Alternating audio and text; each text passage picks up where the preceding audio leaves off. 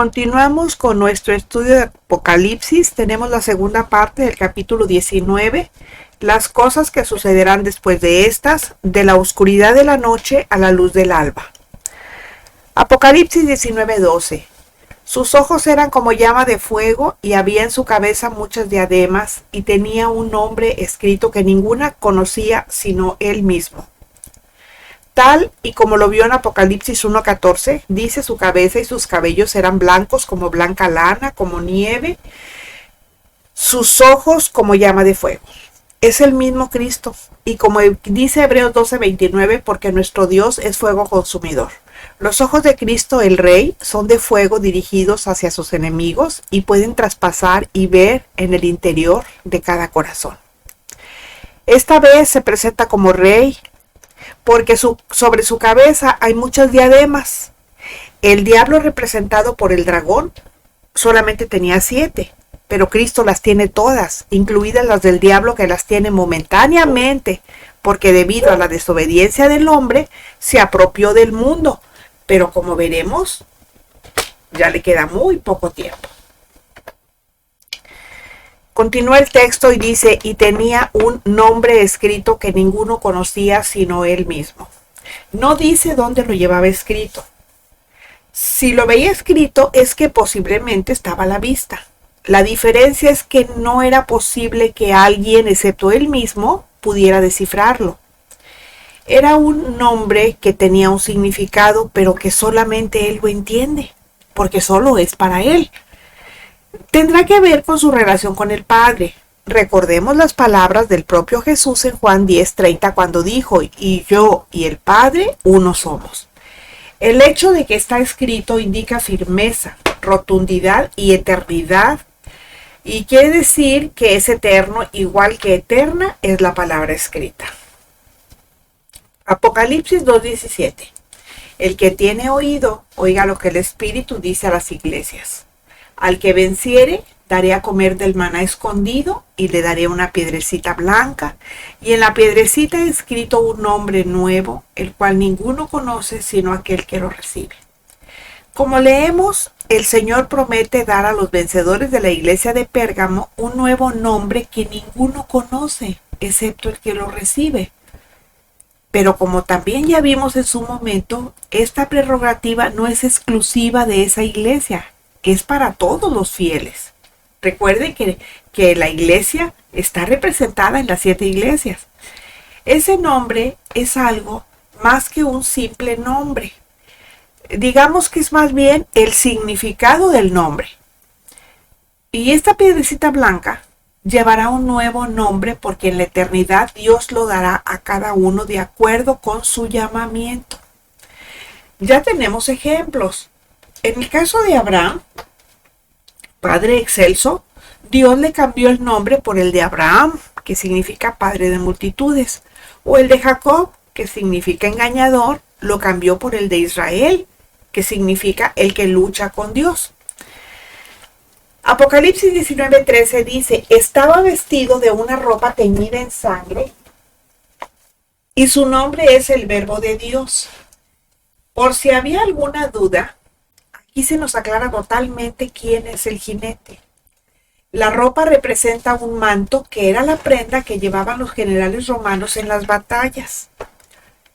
Dice que estaba teñida, o sea, bañada, salpicada, manchada de sangre, que no es la suya. No olvidemos que Cristo viene como general en jefe de parte de Dios. Por lo tanto, como Cristo vuelve en el contexto del Armagedón, la sangre es de sus enemigos.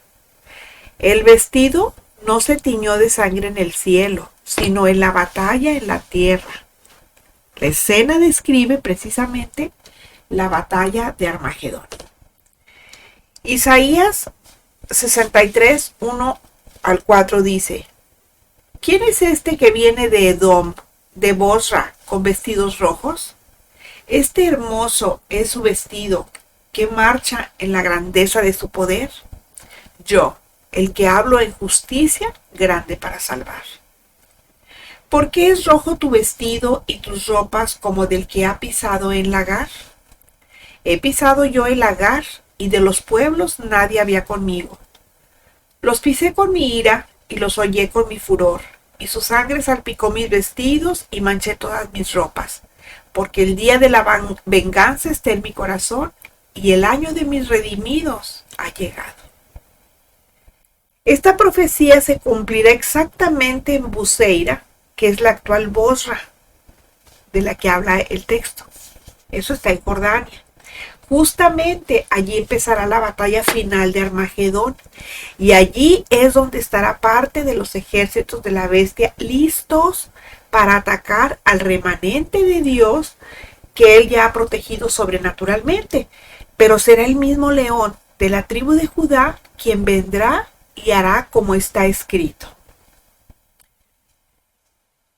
Isaías del 1 al 13 dice así: profecía sobre Babilonia revelada a Isaías, hijo de Amós. Levantad bandera sobre un alto monte, alzad la voz a ellos, alzad la mano, para que entren por puertas de príncipes. Yo mandé a mis consagrados, asimismo llamé a mis valientes para mi ira, a los que se alegran con mi gloria.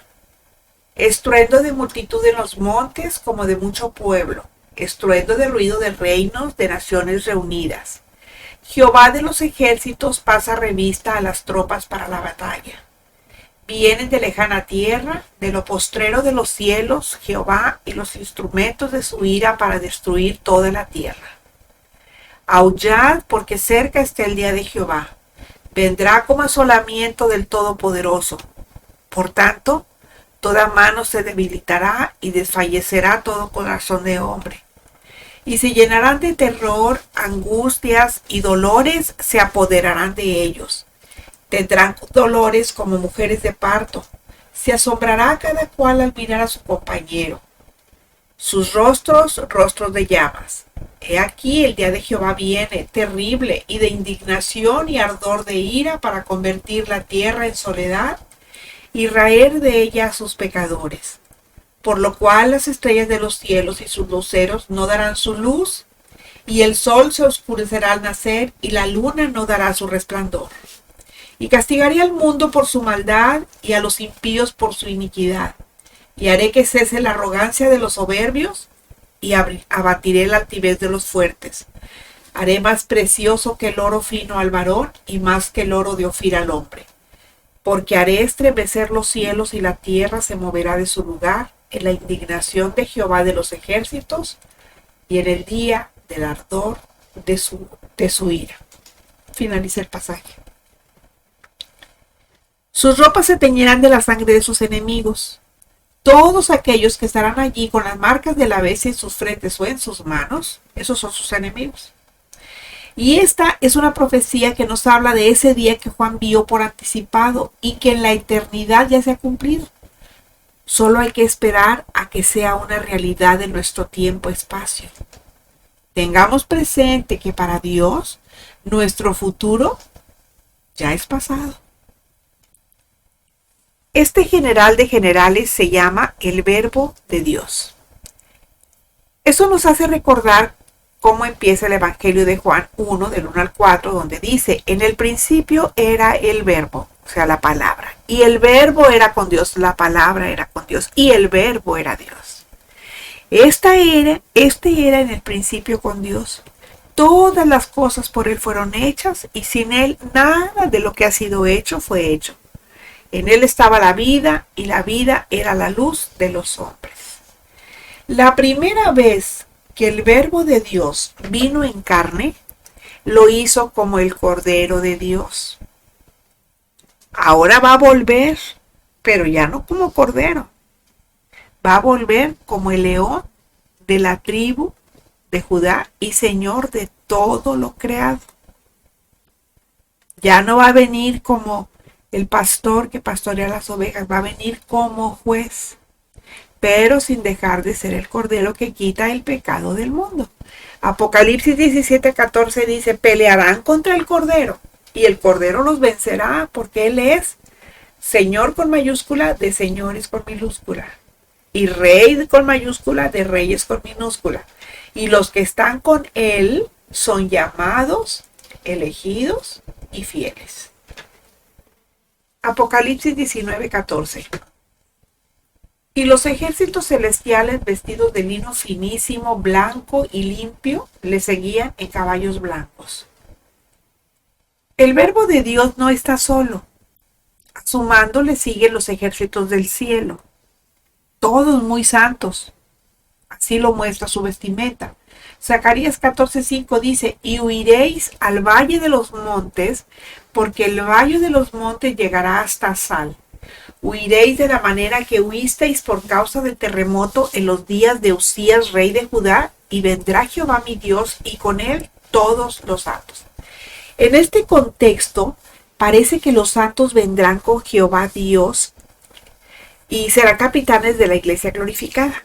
Evidentemente también habrá ángeles, pero como la lucha es entre hombres, parece que la acción bélica, o sea, la guerra, se va a llevar entre hombres, o sea, entre los santos que menciona el texto. Recordemos también que en esos días quienes encabezan la rebelión humana son la bestia anticristo y el falso profeta. Dice Apocalipsis 17:14, pelearán, o sea, refiriéndose a la bestia anticristo y al falso profeta, contra el Cordero, y el Cordero los vencerá porque él es Señor de reyes y Rey de reyes, Señor de señores y Rey de reyes, y los que están con él son llamados y elegidos y fieles. Hablando que los 10 reyes, en representación del poder político y militar mundial, pelearán contra el Cordero y el Cordero les vencerá, y los que están con él, otra vez repito, son llamados y elegidos y fieles. Cristo vuelve como hombre exaltado, y con él, que es Dios Hijo, sus hermanos pequeños, que son quienes, los fieles que ya han sido escogidos para esa misión de guerra, que al igual que el verbo de Dios también van sobre caballos blancos celestiales. Apocalipsis 19:15. De su boca sale una espada aguda para ir con ella a las naciones, y él las regirá con vara de hierro, y él pisa el lagar del vino del furor y de la ira del Dios Todopoderoso. Aquí vuelve la atención de nuevo al capitán. Y este versículo nos habla de la labor que desempeñará. La espada bien afilada que sale de su boca, la espada larga, o sea, la que se usaba para combatir a campo abierto, que era de doble filo, significa que el poder es la palabra que sale de su boca. Él declara y es hecho. Así como se formó el universo, también a su sola palabra va a ser lo mismo. Y es hecho. Va a hablar y es hecho. Hablará palabras de juicio contra las naciones impías, las cuales en su momento van a ser regidas con vara de hierro, con firmeza y severidad hasta que haya justicia. Por eso dice, los quebrantará con vara de hierro en el Salmo 2:9. Isaías 11:4 también nos dice, herirá la tierra con la vara de su boca y con el espíritu de sus labios matará al impío. Esto último es una clara alusión al anticristo. En ese momento, la última batalla de Armagedón ya está teniendo lugar. Y el Señor destruye las hordas de la bestia con la palabra de Dios, que es la espada del Espíritu, la cual sale de su boca. Después de eso, andar en Bosra, eso ya lo vimos en Isaías 63 del 1 al 6, dice en Zacarías 14:4 que en aquel día se afirmarán sus pies sobre el monte de los olivos que está enfrente de Jerusalén al oriente, y que el monte de los olivos se partirá por la mitad de este a oeste, formando un valle muy grande. La mitad del monte se va a apartar hacia el norte y la otra mitad hacia el sur. De esta manera, el remanente de los judíos fieles que habrán quedado en Jerusalén van a poder escapar de la persecución feroz de la bestia anticristo. Eso ya viene en Zacarías 14:5. Hecho esto, seguidamente el Rey de Reyes peleará contra esa bestia, cumpliéndose lo que dice un poco más adelante. Y vamos a ver lo que dice Apocalipsis 19:16, que dice, y en su vestidura y en su muslo tiene escrito ese nombre, Rey de Reyes y Señor de Señores. El Señor tocó a Jacob en su muslo en Peniel, cuando veía que no le doblegaba. Y Jacob en ese momento representaba la fuerza y el empecinamiento humanos. Cuando contra viento y mareo, el hombre quiere hacer algo o desea algo. La carne del hombre buscando un bien personal está representado ahí. Por lo tanto, el Señor tuvo que intervenir y tocarle en un lugar débil para que dejara de luchar. Eso ya lo vimos al principio en Génesis 32:25. Dice, y cuando el varón vio que no podía con él, tocó en el sitio del encaje de su muslo y se descoyuntó el muslo de Jacob mientras con él luchaba. Es como en el tendón de Aquiles, que se le conoce como el tendón de Aquiles. Bueno, en ese acto, el Señor le quitó a Jacob la fuerza carnal para que no dependiera tanto de sus habilidades, sino para que aprendiera a depender del Señor. Pero esta vez, el que monta el caballo blanco no solo lleva su nombre, que bien merece, ¿verdad?, en el manto de mando, lo lleva también en el muslo, que dice Rey de Reyes, Señor de Señores. Y ese nombre no fue ganado con la fuerza humana. Se lo ganó a través de la obediencia y dependencia del Padre cuando anduvo entre nosotros en carne. Porque no olvidemos que él fue hombre, como nosotros. ¿Sí? Pero fue creado como Adán, antes de que Adán se cayera en pecado. ¿Sí? Él fue hombre. Ese es el niño que nos es nacido. Ese es el hombre. Hijo nos es dado, ese ya es Jesucristo, el Salvador. ¿Sí? Entonces, el Señor le quitó la fuerza carnal a Jacob, aunque fue para bien suyo, obviamente. Ahora el Señor le va a quitar la fuerza al hombre que ha sido vendido a la rebelión contra Dios y a su Hijo, y le va a doblegar, o sea, lo va a vencer. Apocalipsis 19, 17 y 18 dice, y vi a un ángel que estaba en pie en el sol y clamó a gran voz diciendo a todas las aves que vuelan en medio del cielo, venid y congregaos a la gran cena de Dios, para que comáis carne de reyes y de capitanes, y carnes de fuertes, carnes de caballos y de sus jinetes, y carnes de todos, libres y esclavos, pequeños y grandes. Con todo lo simbólico que esto nos pudiera parecer, el hecho es que la Escritura nos dice que un ángel estará erguido sobre el sol. Esto nos da a entender que desde una perspectiva natural, ese día en concreto va a ser un día muy especial. Y así será, porque lo leemos también en los profetas. En Zacarías 14, 6 a 7 dice, acontecerá que en ese día no habrá luz, ni frío, ni hielo. Será un día único, solo conocido por Jehová, en el que no habrá ni día ni noche. Nosotros no hemos conocido un día así. Y el único que lo conoce es el Señor.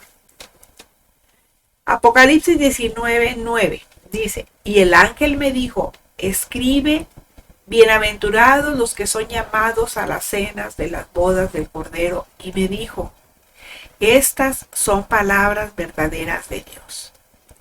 Recordemos que hay una declaración de bienaventuranza que tendrán los invitados a la cena de las bodas del Cordero. Eso lo vimos la semana pasada. Ese beneficio lo recibirán las mismas aves de los cielos con la cena que se les sirve ante su vista. Este es el contraste entre los justos y los injustos. Los cuervos, buitres y grajillas van a recibir mejor trato con respecto a los injustos, tanto grandes y poderosos como pequeños y débiles. La invitación del ángel a las aves del cielo para que se sacien de los enemigos de Dios será desde una posición de mayor altura, como es desde el sol mismo, indicando el extremo y poderoso resultado de lo que allí va a acontecer. Zacarías 14, 12 y 13 nos narra cómo Dios castigará a los inicuos en ese día. Y dice así, y esta será la plaga con que herirá Jehová a todos los pueblos que pelearon contra Jerusalén. La carne de ellos se corromperá estando ellos sobre sus pies, y se consumirán en las cuencas sus ojos, y la lengua se les deshará en su boca, y acontecerá en aquel día que habrá entre ellos gran pánico enviado por Jehová, y trabará cada uno de la mano de su compañero, y levantará su mano contra la mano de su compañero. La destrucción será absoluta. Y los mismos judíos pelearán contra la bestia y sus ejércitos. Zacarías 14:14, su parte A nos dice, y Judá también peleará en Jerusalén. Apocalipsis 19:19. Y vi a la bestia, a los reyes de la tierra y a sus ejércitos reunidos para guerrear contra el que montaba el caballo y contra su ejército. Juan ve reunidos para responder a la agresión que viene de lo alto, enfundados en el cuerpo del séptimo rey, a la bestia anticristo junto con todos sus secuaces internacionales.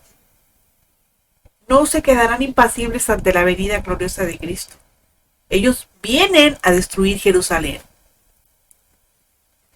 El diablo, a través de los suyos, va a tener la tremenda osadía de intentar pelear contra Dios y los suyos. Y en ese momento acontecerá lo que está escrito en el Salmo 2:4, que dice, el que mora en los cielos se reirá.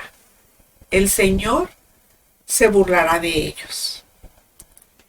Apocalipsis 19:20 nos dice, y la bestia fue apresada, y con ella el falso profeta que había hecho delante de ella las señales con las cuales había engañado a los que recibieron la marca de la bestia y habían adorado su imagen. Estos dos fueron lanzados vivos dentro de un lago de fuego que arde con azufre. Finalmente, la bestia anticristo, enfundado en el cuerpo del séptimo César, ha sido apresado. Obviamente, en el tiempo de Dios, o sea, en el tiempo Kairos, eso ya ha ocurrido. Pero en el tiempo Cronos, el nuestro, el que sí se puede medir, todavía no ocurre, es futuro para nosotros. Bueno, pues junto con él, el falso profeta, que es jefe de la nueva religión anticristo, van a ir juntos al lago de fuego. Las señales con las que cautivó al mundo entero, ajeno a Dios, en esos momentos ya no le van a servir para nada. Ya no, pues ya para qué las va a querer. Porque esta vez al diablo no se le va a permitir engañar al mundo con otra falsa resurrección de su hijo, de perdición obviamente, como la otra vez que se vio en Apocalipsis 13, el 13 al 14. Los marcados que queden en esos días no podrán dar crédito a sus ojos al ver que sus dos dioses con minúscula son capturados. Estos dos son los que inaugurarán el lago de fuego que arde con azufre. Ese lugar no es propiamente el infierno, ¿eh? Ese es un lugar preparado ex profeso para el diablo y sus demonios. Y por consiguiente, para todos los que son suyos. ¿Y quiénes son los que son suyos? Pues los que no son de Cristo. Los que no quieren recibir a Cristo en su corazón. Los que piensan que tienen toda una vida por delante para recibirlos y que se quieren comer el mundo, cuando ni siquiera saben. Miren, todos sabemos la hora en que nos vamos a acostar, en que nos vamos a dormir, pero no sabemos la hora en que si nos vamos a levantar o no. No pueden saber si dormidos se quedan. El Señor los llama a rendirle cuentas. Pues el que se muera sin haber recibido a Cristo, pues le va a ir a hacer compañía. Bueno, no va a estar solo, va a estar con el diablo y sus demonios y con muchas personas que también rechazaron a Cristo a través de la historia de la humanidad. Bueno, aquellos dos serán los primeros en ser arrojados al lago de fuego y azufre. Apocalipsis 20:10 dice, y el diablo que los engañaba fue lanzado en el lago de fuego y azufre, donde estaban la bestia y el falso profeta. ¿Se fijan? Ahí estaban ellos primero esperando con los brazos abiertos a todo el que quisiera irse, con todo y tenis, con todo y bautizadito con agua, con todo y que andaba ungiendo y aventando aceite desde el avión, con todo el que dio diezmos y estaba en la iglesia durmiéndose creyendo que con eso era salvo. Bueno, todos ellos van a ser atormentados día y noche por los siglos de los siglos. Y lo harán estando todavía vivos, eso es lo peor. Y eso como mínimo tiene 3 significados. Uno, que serán plenamente conscientes de lo que les ocurre. O sea, ellos estarán dando cuenta de lo que les va a ocurrir. Segundo, que ya no habrá juicio previo porque ya lo hubo. Y tercero, el castigo eterno para ellos es sin dilación de ninguna clase, o sea, no se va a detener por nada. El castigo va a ser y va a ser. Apocalipsis 12, 7 y 9. Miren, así como Dios cumple sus promesas cuando somos obedientes, también cumple sus castigos o las consecuencias cuando se es desobediente. Apocalipsis 12, 7 y 9.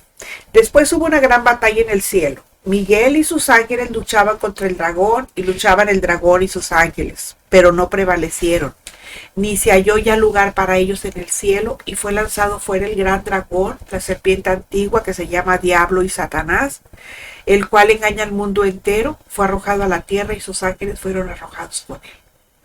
En el comienzo de la gran tribulación, 42 meses antes de la segunda venida de Cristo, ocurre una guerra en el cielo entre Miguel, el jefe de los santos ángeles, en contra de Satanás, descrito como el dragón y sus ángeles. A ellos se les conoce como ángeles caídos. Pero Satanás y los ángeles caídos son derrotados. Apocalipsis 19, 21. Y los demás fueron muertos con la espada que salía de la boca del que montaba el caballo, y todas las aves se saciaron de las carnes de ellos. El que por la palabra hizo los cielos y la tierra. El que todas las cosas por él fueron hechas, y sin él nada de lo que ha sido hecho fue hecho. Por esa misma palabra, esta vez va a destruir a sus enemigos, porque la palabra de Dios es la espada del Espíritu. Dice Efesios 6, 17, y tomad el yelmo de la salvación, el que te recuerda quién eres en Cristo, de dónde te sacó y ahora qué eres. Y la espada del Espíritu, que es la palabra de Dios, a los cuales dio más que suficiente tiempo y oportunidades a lo largo de la historia para que se arrepintieran. Pero no quisieron. Todos los enemigos de Cristo opuestos frontalmente a él, a los que todos dicen que no, no, no, no, no, van a morir en aquel día. Finalmente, la Escritura nos vuelve a insistir en el fin de aquellos que decidirán ser fieles al futuro mandatario mundial y a su líder espiritual. Esta es claramente una advertencia para quienes sepan esto y vivan en ese tiempo, para que desistan a la tentación de dejarse poner la marca o el nombre de la bestia en su frente o en su mano con el fin de obtener beneficios materiales o de seguridad. Miren, acaban de hacer un ensayo para que vean lo facilita que es la gente. Que por desconocimiento a todos dicen que sí, sin saber que están atentando en contra de ellos. Para mí, eso fue un claro ensayo. Porque esto viene del gobierno mundial, que ya se está gestando, por cierto, ya se está gestando.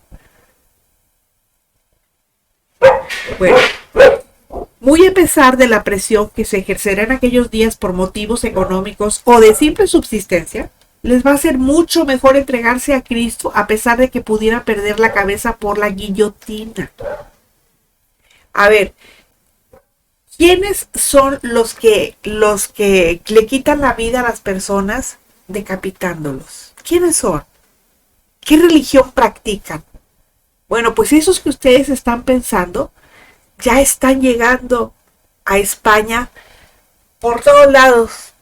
Están llegando a Europa más bien por España, por Italia. Y eso está siendo pagado, todo eso, por los ensotanados. Entonces, pónganse a pensar. Ahora, si no me creen, pónganse a investigar para que vean que yo no les estoy diciendo mentiras. Apocalipsis 21:8 dice, pero los cobardes e incrédulos. ¿Quiénes son los cobardes? Los que no quieren recibir a Cristo. ¿Quiénes son los incrédulos? Los que no quieren recibir a Cristo. Son cobardes porque les da pena que les digan, ay, ya eres cristiano, ay, ya eres aleluya, ay, ya esto, ay, ya. Por eso no quieren. Bueno, dice aquí, pero los cobardes, los incrédulos, los que no quieren creer, los abominables, los homicidas, los fornicarios, los hechiceros, los idólatras y todos los mentirosos van a tener su parte en el lago que arde con fuego y azufre, que es la muerte segunda. No lo digo yo, lo dice la palabra. Y es la palabra de Dios. No obstante, sería de bendición eterna que acudieran como invitados a la cena de las bodas del Cordero, porque el fin de los malos no es solo la muerte del cuerpo, sino la perdición eterna en el lago que arde con fuego y azufre, que es la muerte segunda, donde no morirán, van a vivir eternamente y para siempre. Gracias a la revelación de este libro, entendemos que el reino de Dios va a ser establecido por el Rey de Reyes y Señor de Señores, tal y como se describe. El reino de Dios va a ser introducido no solo por medio de la predicación del Evangelio del Reino, sino por medio del derramamiento de la sangre de quienes finalmente permanezcan fieles al Señor. Hasta aquí el capítulo 19. Continuamos la próxima semana con el capítulo 20.